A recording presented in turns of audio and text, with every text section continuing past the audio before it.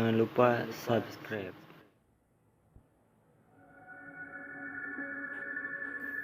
Setelah menenangkan sejenak gemuruh hatinya yang kian keras, barulah Haryadi melanjutkan kata-katanya.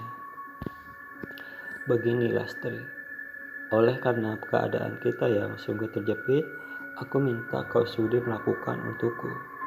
Kamu mau kan? Ucap Haryadi. Maksudmu melakukan apa? Tanya Sulastri gemetar karena selama ini memang tak pernah membantah setiap kemauan suaminya. Bagaimana kalau kita gugurkan saja yang kau kandung itu?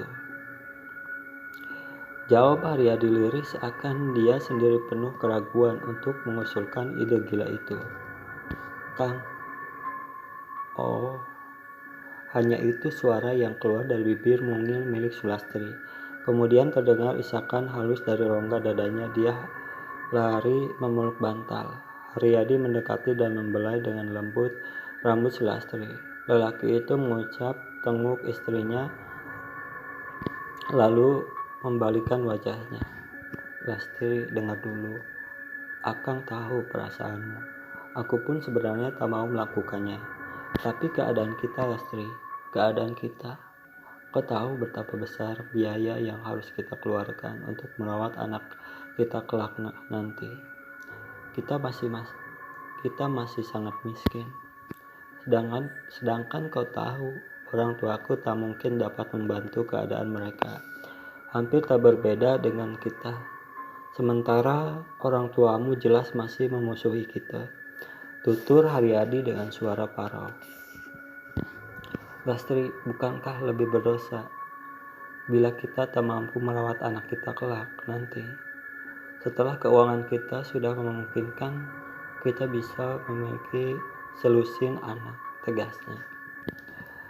Haryadi sengaja menekan kata selusin anak untuk menunjukkan perasaannya sendiri yang sesungguhnya penuh dengan ketakutan.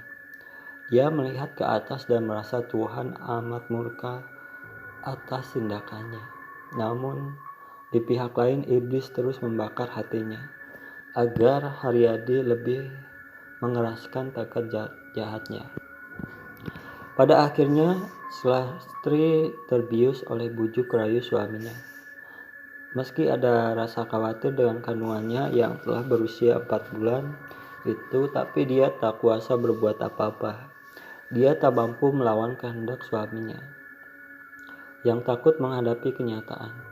Ya, sebagai kepala rumah tangga yang tak memiliki pekerjaan tetap, Haryadi tiba-tiba memang menjadi seorang pengecut. Dia sepertinya tak percaya bahwa Tuhan Maha Kuasa dan adil atas semua makhluknya. Haryadi memang picik sehingga iblis menari-nari atas kemenangannya. 3 bulan silam, pagi-pagi sekali Haryadi mengajak Sulastri pergi ke rumah seorang dukun yang terkenal. Setelah sepasang suami istri itu mengutarakan maksud kedatangannya, sang dukun menyodorkan semacam ramuan yang harus diminum Sulastri agar kandungannya keluar sebelum saatnya. Walaupun rasanya sangat pahit dan sepat, Sulastri tetap memaksakan diri untuk meminumnya. Memang, tanpa memerlukan waktu lama, ramuan itu langsung bereaksi. Perutnya terasa mules dan sakit luar biasa. Ingin dia menjerit tapi dengan sekuat tenaga ditahannya. Sementara itu, sang dukun terus memijat perutnya ke atas dan ke bawah. Sekitar setengah jam setelah dipijat terus-menerus oleh dukun itu, sakit di perut Sulastri agak berkurang. Sebelum sang dukun mengizinkan mereka pulang, Sulastri disodori ramuan yang harus diminumnya lagi di rumah. Namun ketika hari itu baru saja sampai di rumah, Sulastri kembali merasakan kesakitan yang luar biasa. Walau berusaha menahan, tapi herannya makin lama makin melengking tinggi. Melihat keadaan istrinya yang begitu rupa, Haryadi tentu saja menjadi sangat cemas. Cukup lama Sulastri bergulat dengan kesakitannya. Sedangkan Haryadi hanya bisa bingung tanpa tahu apa yang harus dilakukannya. Keadaan Sulastri semakin parah ketika darah mengucur deras membanjiri kedua pangkal pahanya. Disusul kemudian gumpalan darah kehitam-hitaman. Terdengar suara merintih pilu dan menyayat hati bagi siapapun yang mendengarnya.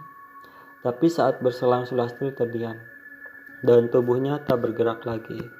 Napasnya yang tadinya bergemuruh kini lenyap dan berganti ketenangan yang tak berirama. Wajahnya tampak begitu pucat. Ya, Sulastri akhirnya mati karena kehabisan darah.